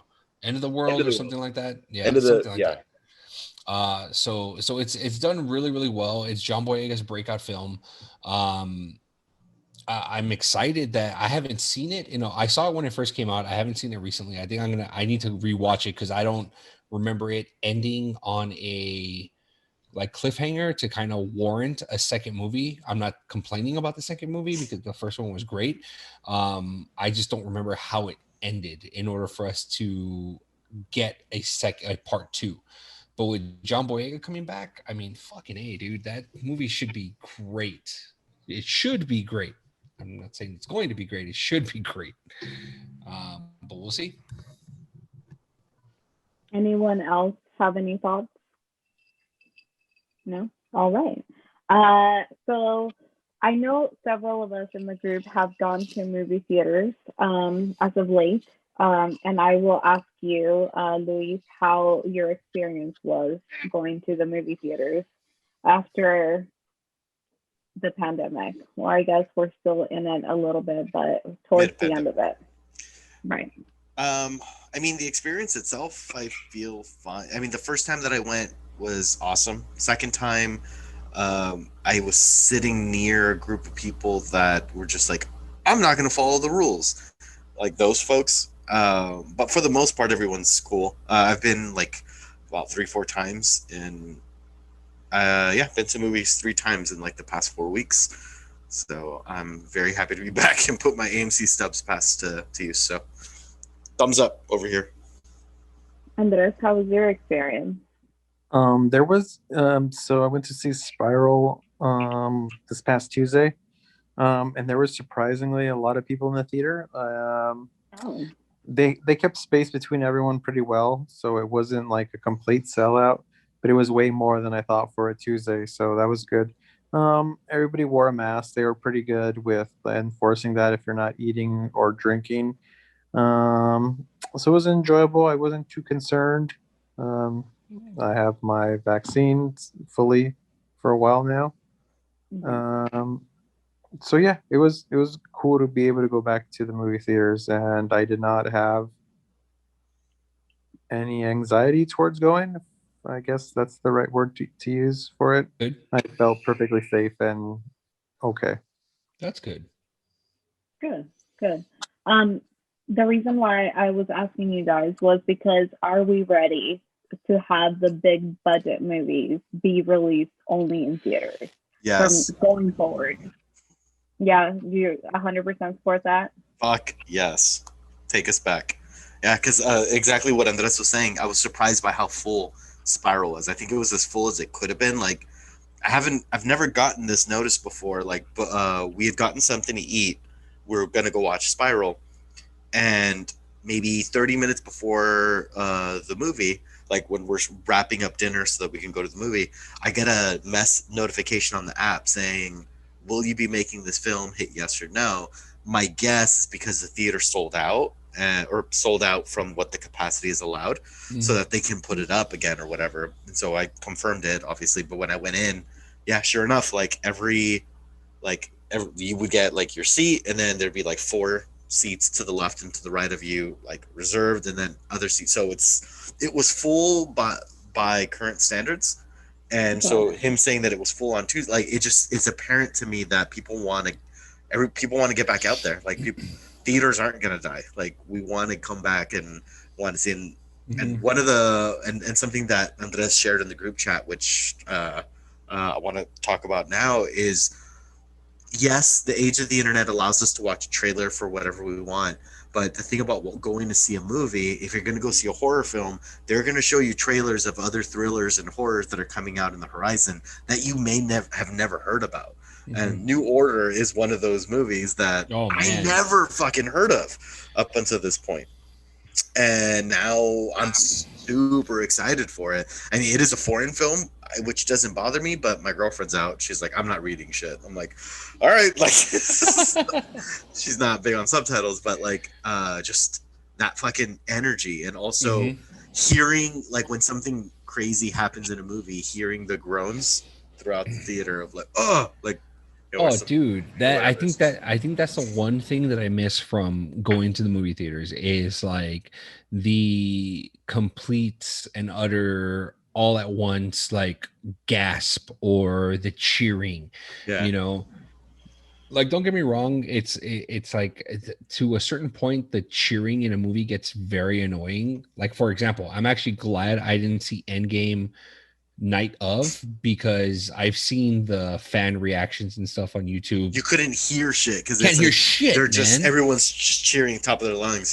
Yeah, you can't hear anything. So it's like I'm glad, like for so to a certain degree, I love to hear, you know, everyone all in unison to be in the moment, to hear, you know, like, oh my God, what's about to happen, or like, you know, that. But like for a big budget film, like Endgame, like I could not do night of, because to hear everyone cheering when the hammer flew to Captain America and everyone, you know, woohoo, like throughout the entire thing, it's like, shut the fuck up, man. Like for the love of Christ. See, but that goes back to like what we were talking about, nerd culture. It's like there's the ones that do it respectfully, and then there's the ones that do it to be obnoxious. And it's like, if you see something cool, and I do it in my fucking living room, I'll be like, oh shit, like, and I'll say that, and then it's over because then now I'm in it and I'm like fucking, I'm all in, versus the person that's trying to be obnoxious or the one that wants to say that witty thing because they think it's like fucking open mic and they're trying to get laughs in the theater. Like, dude, shut the fuck up. Like, we're not here for you. We're here for this. Right. Like the one that and this is like, you know, a while back, watching the Matrix Revolution, the very last one, the moment where Neo has that like final moment with Trinity. It's like some dude just fucking ripped one right in the theater, dude. And I'm just like, really, bro? Like, it's like dead silence. You know, he's having a moment. Like, you know, Neo's character's having a moment. Yeah, I'm not kidding. There's that. And then this is funny, though. No, right. But this is all you hear. This is what I heard. And it's like, I won't forget it. You hear the dude rip one and he goes, and then I hear someone in the back, oh my God, someone farted. And then the girl that he took to see the movie, you hear her go, are you fucking serious right now? You know? And then he goes, what? It was funny, you know? And it just turned into a whole thing. They're having a conversation, but now it takes you out of the movie. And then I'm out of the movie and I'm just like, are you guys fucking serious right now? Like, come on, you know? Like if he would have gone with his friends and he would have just ripped one and everyone laughed, like, okay, like ha ha ha, funny, you know? But it's like there's that. Like he ripped one and then one dude in the very back's like, oh my God, that dude farted. And then you hear who he took to the movie theater, like, did you seriously just do that right now? And now you're listening to them talk versus watching the movie. It's like, what the fuck, man? Yeah. Pay fucking, at the time, what was it, like $8 for the fucking good ticket? Money. Yeah. Pay good money to see this. To see a great fucking movie. It was all right at the end. Yeah, it was all right. Still looking forward to it. All of that, we're still looking forward to going back to theaters. Oh, fuck yeah, absolutely. You're like, that's the experience I need. I think we've all had movies like ruined for us, right? Like just where people are talking or someone's behind you keeps kicking your seat, like all that bullshit. Yeah, for sure. I always fantasize, like I always have this like fantasy in my head that I'm gonna stand up and like confront the guy, and then we're gonna fight, and I'm gonna whoop his ass, and he's gonna leave. I've never done that. Like it's never happened, nor will it ever happen. But it's like it's that little game I play with in my own head. In your own psyche. Yeah. I would say this, and then he would say this, and I would tell him this shit. Yeah. And then he would cry like a little bitch. Yeah, and then he would go, and then my girlfriend's like, my hero, and she slips off her seat, and then we leave. And then it's like, and then it's just like fucking, you open the door to your apartment, credits. Yeah. Not for the faint of heart. Ash is not amused. I can already see it on his face. He's not fucking amused. Have you had an experience like that, Ash? Did somebody kick your seat?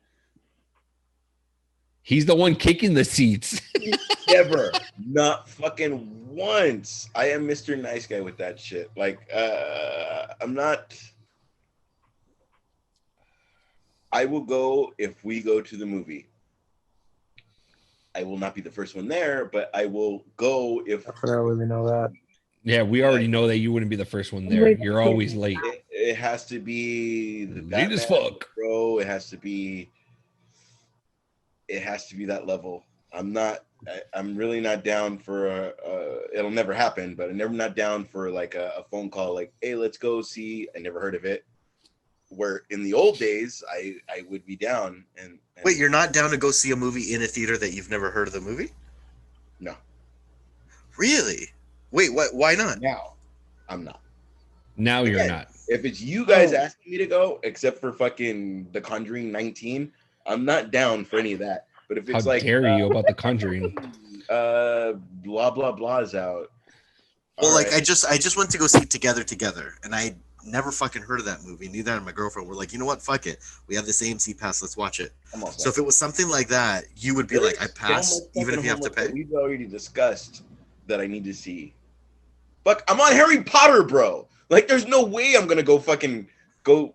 And then this guy's not wearing. So wait. On top of that, after June 15th, I can't even be a dick about it. Like, and I'm not gonna be that dick. I'm just gonna be. It's just I'm not ready. So if you watch a movie tomorrow, fucking, I'll be the drunk one on the fucking bathroom floor. But going to something where people have different views and people have whatever, and there's no respect, I'm not down yet. If there's respect amongst us, even if Estefan was like, fuck masks, we still would respect each other enough to be, whatever. Oh, it's more of a world thing, not so much the movie, but it's just like you're not ready to go back to the theaters. It's a world thing. Let me got it. Okay, I was so confused. Yeah, I was just kind of like, thank you for that. Yeah. Yeah, because up until this point, it sounded like you're saying, if I don't know what the movie is, fuck movie theaters. I'm just like, wait, why? I didn't put in the element of, pandemic. So got it. Totally makes sense now. I have the I'm not gonna make it political. I have the vaccination, but I don't know. Fuck, if I can still carry it, if I can still pass it to someone. You're not making it political if you say you have the vaccine. Yeah, that's just a fact. It's something you did. You're all good. So yeah, I'm just not down. Again, if it's Luke was talking part 9. Fuck, I'm down, guys. Let's go. But if it's like I'm a dog. I'm a dog. Would not happen. Is it going to be squirrels this time? So it's like part 9. I know. It's just like I just want to know what happened between part 4 and part 8. How did we get to 9? Chimpanzees, giraffes. It was like rhinos, setting. Turtles. And then they went to like fucking safari in Africa and shit. And they just had to go throw some animals back in America. And then fucking credits. Never in Jumanji.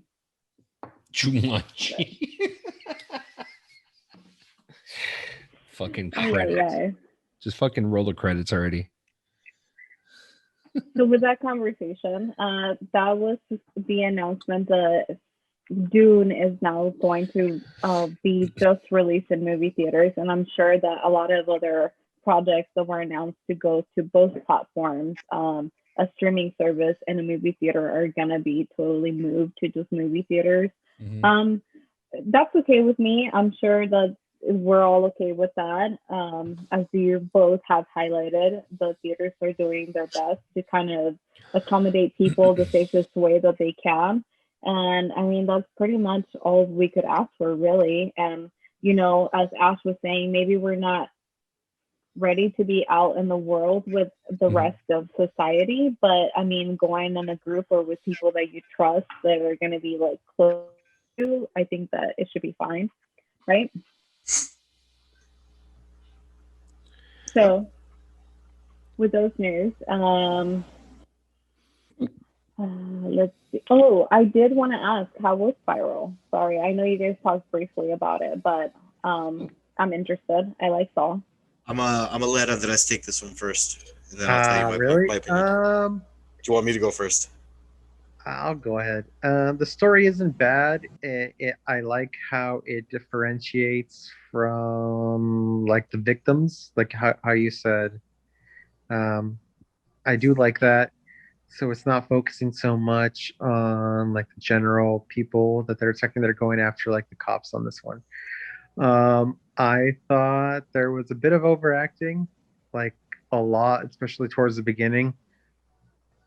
But it like lessens towards the movie goes on because it was really pulling me out because seemed like it was just a fucking comedy sketch going on. Like he was his comic character. Rock. Yeah, Chris Rock. So that was kind of like it threw me off a bit. But it's a good movie. I enjoyed it. I like the change of pace.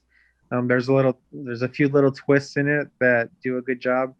I would give it a C, I guess. I don't see that as a bad rating. I see that as it was good. It was enjoyable. It was worth my time. Yeah, I have a very similar review for it. It does a very good job of acting as a spinoff. It's not another soft film. So if you're expecting gore after gore after gore, it's not that, because just like Andres said, it doesn't follow the victims. It follows the police proceedings. Like they're fucking following clues, and then they find another murder, then they follow those clues when they're trying to figure out the murder, and then at the end it kind of ties it together. Thus the hook, or whatever, the twist, and it's just. But like when they get to the crime scene, you see the aftermath of what happened, and then they'll have like a quick 1 to 2 minute thing of like kind of like what the police don't see, but you as the viewer, you go back in the past and then you get to watch what happened that caused it. But yeah, it's like you Tarantino it. You see the fucking crime scene and you're like, oh my God. And then you see how it happened. And oh wow. So they do a really good job of not, the gore isn't over the top, but it's because you see the end result and then you see the beginning, your mind's already fucking building it. Like, oh my God. Like, so there were a couple moments where I went to go see it with my partner, and she was like looking away. But sometimes it didn't even show it, but it was because you see the end and then you see the start. Is it very like The Bone Collector? Do you guys remember that movie, The Bone Collector? I didn't see it. I've had it like on my queue multiple times, but I've never watched it. Okay, so I love The Bone Collector. I think it's a fantastic movie. It's Denzel Washington, Angelina Jolie, and fuck, I can't remember his name, but he's like in everything. I swear to God, he's in everything. But it very much follows the police detectives going to a crime scene and then trying to piece together what ended up happening. If you guys haven't seen it yet, I highly recommend The Bone Collector. Sounds similar based off of that description. Yeah, but it doesn't show a lot of the gore. It doesn't show anything like that. It's very suspenseful. So I mean, it definitely has gore, but it's just not as crazy as like what the final films of Saw, or just became gore porn. Yeah, and that's what I'm saying. It's like The Bone Collector came out in '99. Okay. And that's the thing. It's like I feel it has a pretty good strong cast in that movie. So if you guys haven't seen it, check it out. There's not a lot of gore in it. It's not like Saw, but it does very much follow the detectives trying to figure out to put together. I'm already slurring my words. I've had a lot. I've had a lot today. I have. I'm not even gonna lie. I've had a bit. I'm almost at half the bottle. Yeah, I know, and I gotta go to work tomorrow. It follows the detectives, and as they're trying to piece together what happened in the movie, you kind of see it simultaneously happening in the movie. Yeah. So if you guys haven't seen it, it's a great fucking movie. Fantastic. His name is. Is it a brand new story, or this is happening while this is what was happening during Saw? No. The Bone Collector is a completely separate movie. Completely separate movie. Spiral isn't happening with Saw. This happened. It takes place after Jigsaw has already been found dead and stuff. When this shit starts happening, that's where they're like, "What the hell?" Like, there's no Jigsaw. Like, and they even make reference to it. Yeah, the one guy that I'm talking about is Leland Orser. I think he's a phenomenal actor. He's one of those underrated actors. He's in fucking everything. Everything. He came out from what I remember, he came out in the movie Pearl Harbor. He came out in fucking Alien Resurrection. He came out in The Bone Collector. He's in literally everything. And it's like one of those, it's one of those things where you see him and you're like, oh yeah, I've seen this guy before. Seen this dude? I mean? Yeah. So if you guys get a chance, see The Bone Collector. I think it's great. And the whole premise of the movie is pretty cool. What he does, I mean, it's in the title. He cuts out a chunk of his victims and takes the bone, a sliver of the bone, and he keeps it for a keepsake. But that's what it sounds like. Spiral sounds like The Bone Collector in a way. So it's interesting to see Chris Rock in a serious role too. I dug it. I didn't get so much of the overacting though, personally. But maybe I was just so happy to be in a movie theater, so that might have been it too. Yeah, I mean, it very well could be, because I'm up here I'm here in Sacramento, and there's no fucking AMC's up here, and I love AMC. I fucking love AMC. The way that they handle everything, the way they put everything together, I love AMC.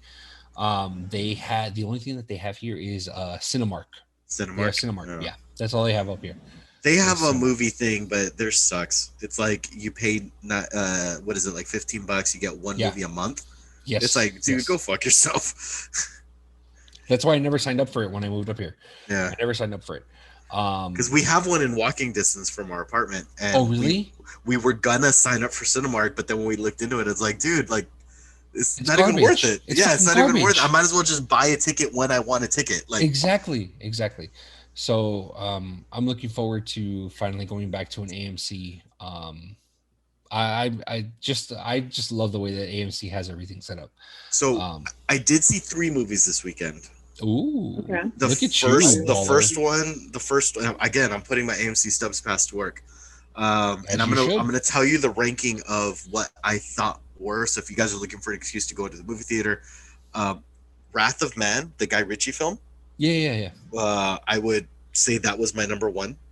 Spiral was number 2, and then number 3 was For Those Who Want Me Dead, the Angelina Jolie. That one is that one's also on HBO Max, by the way. So yeah, I do want to watch that. One.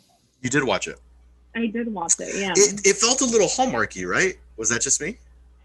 A little bit. Like my girlfriend was bawling at the end, and I'm just like, "The fuck's wrong with you?" She's like, and I told her, I'm like, "It feels a little Hallmarky, right?" She's like, "I love Hallmark movies." I'm like, "All right, this is probably why." But it's like it felt a little campy. The first 30 minutes, I felt could have just been trimmed off. I didn't need to see any of that. Okay. But then like once it started getting into it, and like it does have heart, and it's entertaining. It is definitely like a good movie to throw on and be like, yeah, I watched it. Okay, so the trailer's very deceiving, is what you're telling me based off of that. Because the trailer looked like the shit. The trailer looks like as soon as I saw the trailer, I'm like, I'm fucking in. Yeah, I want to see that. But I think maybe that was my problem. No. If we were rating the trailer, I definitely would say A+. But watching the movie is more like a C+. Okay. C+ is solid. Yeah. Like I didn't regret watching it, but it was like right. And see that's the way I see it. Yeah, anything between like an A+ to a C+, it's enjoyable. You're gonna watch it. Talking about Game of Thrones alumni, Littlefinger's in it. No way. Okay. He's the main villain. Yeah. Okay. Or villain. I hated him. Me too. I hated him as Littlefinger. I hate him here. Well, yeah, that's the thing. It's like when I saw the trailer, I saw John Baratheon, and I'm like, fucking Punisher, I'm in. Dude, he's just charismatic. I love that guy. Isn't he though? Yeah. He's on screen. I'm just like, everybody shut up. Fucking dreamy as fuck, and Ash is quiet as hell in this episode. He definitely is. Right? He's like, I'm dreaming. 12 rounds, and he's the guy that got all I will ever see as Volsoy is fucking the Bane. during the Bane part, fucking part 3. Oh, in the Dark Knight when he's in, Littlefinger is in Batman, Batman, right? The Dark Knight Rises, part, and that's because of the trailer and the build up and everything. And oh shit, that is him. Yeah, it's him at the very on the plane. It's him on the plane. Yeah. So that's all I see him as. But I think he's a great actor. Just that's his icon role so far. A lot of confidence for a hired gun. Or perhaps he's thinking how he would shoot a man before throwing him out of a plane. That's what I see. That's what I want. Yeah, that's what I want. But yeah, he's a great actor. Like, you know what I picture Ash is when he watches a movie, I picture him as the collector in the MCU. Like when something when something amazing fucking happens, I see him standing up on his couch and magnificent. No, every movie I ever watch, that's that guy from, and then I annoy people because I'm the guy that goes, what the fuck movie is he in? And then I don't watch the fucking movie that I'm currently watching. Because I know. I've watched movies with you. I know. It sounds like I've been that person. Well, my girlfriend's the same way, but she utilizes her phone to search it. I will IMDb it, and there's people that are like, "Nah, bro, we need to talk about what movie we saw him in," and then there's other people that like just IMDb it. So I never know which guy to be. But no, but it's I've watched movies with you. The last movie I think you and I saw together was Showgirls? Showgirls? Ghost Protocol. No, it was Two Girls, One Cup. That was the last one you and I saw together. Ghost Protocol. It was Ghost Protocol. We saw Ghost Protocol. It was like one of the rare moments when we were both single at the same time. So we went to go watch Ghost Protocol, and the entire time he's just like, I swear to God. Us both, you know what Ghost Protocol is, right? Yeah. Yeah, it is. Yeah. Moving on. Throughout the entire movie, Ash is just like, watch, he's gonna do something. I am that motherfucker. I don't know why. I don't know why. No, he didn't do it. He didn't do it. Not in this scene. Not in this scene. He's gonna do it in the next one. I should be yelling at the screen, but I do this. He did do. And then I am fucking that guy. I hate that I'm that guy. Fucking what guy? The one that's like yelling at the screen the entire time. That guy is the bad guy. And then I let it go, but I have to be the motherfucker. No. And then so it's one of those things where he'll like don't first. I watch it at home. No, see, because Ash is this guy. He's this guy. He's in the movie theater. He's like, that guy's a bad guy. I do. Watch. I am totally that guy. So he's like that. Okay. At the very beginning of the movie, he goes like this. He goes, that guy's a bad guy. And then fucking an hour goes by. I fucking told you he's the bad guy. That's him. And I'm like, I can't fucking watch anything with you, man. I kind of do that. I kind of do that with Dana too, though. But I mean, I think it's because we're in the comfort of our home, and it's just like, I don't know, I don't trust this dude. And then we just kind of like we talk shit. Yeah, it makes it fun. But there's people that are like all into it, and then there's like me that's like, motherfucker's gonna fucking kill that guy. Yeah, and then it happens. It happens. Why I have that in me? And that's the thing. It's like when it happens and he calls it out perfectly, you fucking look at him. You're like, motherfucker, like you fucking. I've been sitting here an hour and 15 minutes in, and you ruined the movie 10 minutes in. Like what the fuck, man? But I will say in his defense, if he sees a specific actor that has always been a villain, that's him. He's like, that's the bad guy. Watch. It'll happen later. That's Ash. Throughout the entire fucking movie. You whispering into the mic, by the way, makes us feel like we were there. I know. Like total. Like I right now when you whispered, I envisioned myself at the theater watching it, and then you guys go see movies, and then I'll watch it and then yell at. I'll be like, But it's funny because the funny part is that even though I'm not with him in the movie theater, when we were watching Kong versus Godzilla, like he took a picture of the scene that he was on, and I took a picture of the scene that he was on. He goes, I swear to God, I think he was watching the movie before I was. He goes, he's gonna use the axe later. Like I heard that in my fucking ear. I heard it in my ear. He's gonna be like, he's gonna use it later. Kong's gonna use the axe. He's gonna fuck him up later. Fucking Kong's the shit. And then And then that's it. And then it's like I don't respond to him. And then he goes, "Oh, so you're mad at me?" Like that's all I get. That's all I fucking get. Like I'm so glad that I didn't like take pictures of me watching fucking Mortal Kombat, because all I would have heard was he's gonna fucking use a fatality on him. Watch. Saw this in the trailer. It's fucking Liu Kang. Watch, he's gonna say, "Your soul is mine." Like that's it. That's what's gonna end up happening. We definitely need a commentary of Ash during a movie. Like, oh my god, Carmen. You will not. Oh my god. No, it has to Carmen. be a movie you guys have seen 1,000,000 times, because I will talk. No, here's what we'll do. We're gonna do a super edit of all the deaths in Saw, and we're just gonna have him watch just the murder, just all of it, and then have his commentary. And he's just gonna be the like, video, for copyright reasons, will only be of him reacting and commenting on what he's seen. and the very first one's gonna be like, "What the fuck am I watching?" How much for one rib? No, okay, I'm down. Yeah. And at the very end, after he gets over him being scared of scary movies, or his phobia, to that. Oh, that's it's gonna be like at the very end, he's gonna be like, "That wasn't bad." He's gonna go like this and go, "Fucking chef's kiss, bro." Chef's kiss. The movie was dope.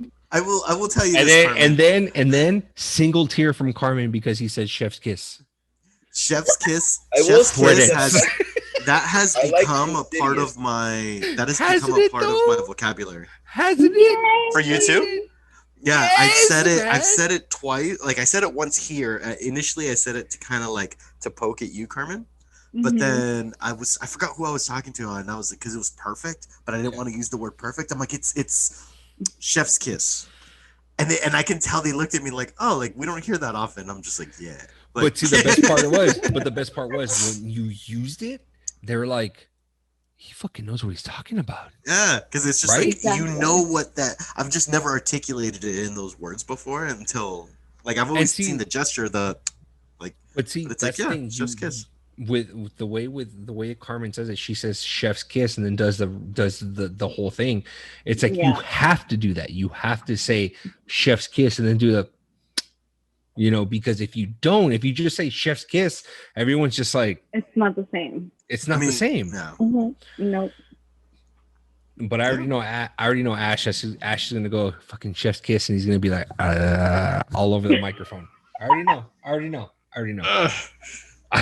I really would have preferred that not in my ear with these headsets. Yeah, for sure, bro. Me and you totally just got ear time. Yeah, it was like right in my.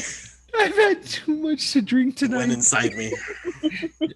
I want to be inside you. That, please, Stefan. You heard "went inside me." Please, come on. These are things we fucking. These are things. There's a super edit. There's a super edit of the show. This episode's never gonna fucking end. I already know. This episode's not gonna end. Back to you, Carmen. There was I know Andres mentioned this when he went to go watch Spiral, and I don't know if you guys had a chance to watch the trailer that he mentioned or that he told us about for New Order. Oh my god, that was the movie. Perfect. And honestly, thank you, Andres, for showing us that, because absolutely that is 100% something I want to watch now, please. Esteban, please tell us your thoughts. It was like I didn't know what to expect when I heard the trailer. I'm not hating at the fact that it's a foreign film. I love the fact that it's a foreign film. I think like legit, like we were joking and stuff like that, but the fact that it's a foreign film, like legit, that chef's kiss right there, just fucking perfect. For real. To see a foreign film go there, and to see that it's fucking, and like Luis said in the chat in our little thread, it's like how fucking creepy, right? like for us to see that movie or that trailer going on, for it to come out now, how fucking creepy is that? Like legit, like I am all for that movie. I am all for that movie. I'm at the point where it's just like, as soon as it comes out, if it's not in theaters, I will find a way to go ahead and watch it because I want to see that movie so bad. And I think I didn't catch when it's being released. Did you guys catch that? I did not. No, you didn't catch the what? I'm sorry. When it was supposed to be released. The date of the movie. I'm looking it up because I should have been prepared for my own. No, you're good. You're good. May 21st. It did say May at the end, huh? It did say May at the end. Yeah, May 21st comes out tomorrow. Well, depends on when you hear this. Ooh, broke the fourth wall. May 21st. Go watch it, guys. Support foreign films. Remember, Parasite won Best Picture 3 years ago. Yeah. Okay. Which was also a good film. And that one is on the list to watch. I have not seen it yet. It was good. Parasite? It wasn't what I thought it was gonna be, so I had mixed feelings. I thought it was a horror film when I first watched it, and so I'm like, when's the scary shit happen? Yeah, I thought so, and turns out it wasn't. Expecting it? Yeah, I was expecting the horror shit to happen. It was just like, but it was a like comedy, and then the last 10% of it felt real. Okay, yeah, because I'm looking at IMDb for New Order. IMDb has it rated at a 6.3 out of 10. If the fucking trailer is anything like any inclination, because you know how sometimes we've seen it, trailers, give a inclination of what's supposed to happen, but then sometimes it doesn't happen in the movie theater. It doesn't happen in the actual movie. I think 6 out of 3 is probably an unfair rating. And I'm only saying that only because I hope that everything that happens in the trailer, I don't want to see it like verbatim, like exactly how it happened in the trailer, but just kind of like a little bit extra. You know what I mean? I think a 6.3 may be unfair, but again, psychological thrillers usually have lower ratings because it's a lot of its interpretation. Like the films that you leave the movie theater or after it's off and you have conversation after conversation about it, those are I think those are the fucking best. Like, right? Have you guys seen, it's on Netflix now, and I would strongly recommend it. Have you seen a movie called The Platform on Netflix? I have not. No. Have you guys heard of it? I have not. I would strongly recommend it. It's one of the, it's similar in concept of New Order, where the idea is you're in this prison, but the prison is built vertically. And so it starts with the platform, and the platform starts from the highest and it goes down. Now the platform stops in every floor for like 5 minutes, and there's a bunch of food. There's a feast on this platform. And so every 5 minutes it goes down. So the people at the very top, they get to eat whatever the fuck they want. And then it goes to the next one, and then you're just eating the scraps. So by the time it gets down to like the 300th floor, there's like jack shit down there. Now the concept of the movie is like this guy volunteers to go into the prison because he's doing like a documentary. And when they're explaining the rules to him, he's like, well, wouldn't it be if everybody just ate what they needed to survive, everyone would be able to eat. And then his cellmate was telling him, he's like, yeah, but it's not like that. The people that are up top, they're purposely going to sabotage the food. They'll pee on it.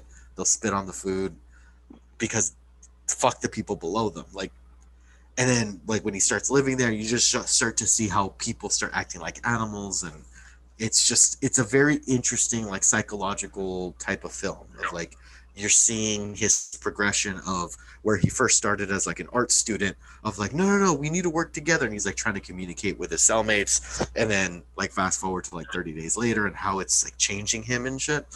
It's very fascinating of like what your surroundings, what your living circumstances, how that changes your behavior. And New Order kind of feels that way, but it's called The Platform on Netflix. And they do have English dubs, but it's originally Spanish from Spain film. So if you're okay with subtitles, watch it. I saw it with dubs, and it wasn't that bad. because usually like the flapping of the lips, if it's completely off, It's a it little bugs me. bit off. Yeah, it bugs me, but it wasn't that bad. Like the voice acting was good and everything, so I strongly recommend it.